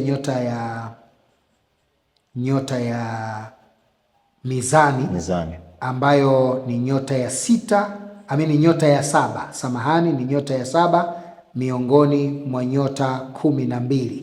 Nyota hii inawagusa watu wenye majina yanayoanza na herufi ya G na herufi ya S, ambayo watu hawa nyota yao, namba yao ya bahati ni 6, asili ya nyota yao ni upepo, na sayari inaowatawala ni Venus ama Zuhura.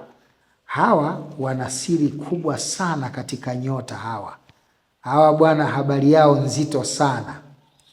Ni watu wote wenye nyota ya upepo mizani, na siku ya bahati ikiwa Ijumaa, wana siri nyingi sana. Hawa ni katika kundi la 3 la nyota zenye mafanikio katika nyota 12. Katika wale 3 bora wenye mafanikio. Ukiziona huko kwenye nyota hizi, ukijiona huko kwenye nyota hizi alafu hufanikiwi, we una shida. Hizi sio nyota za kimaskini bwana, hizi nyota za kitajiri, nyota za mafanikio. Kwa hiyo wale wote walio katika nyota hii, kesho tutaeleza tabia zao kwa kina, maisha yao, nini cha kufanya.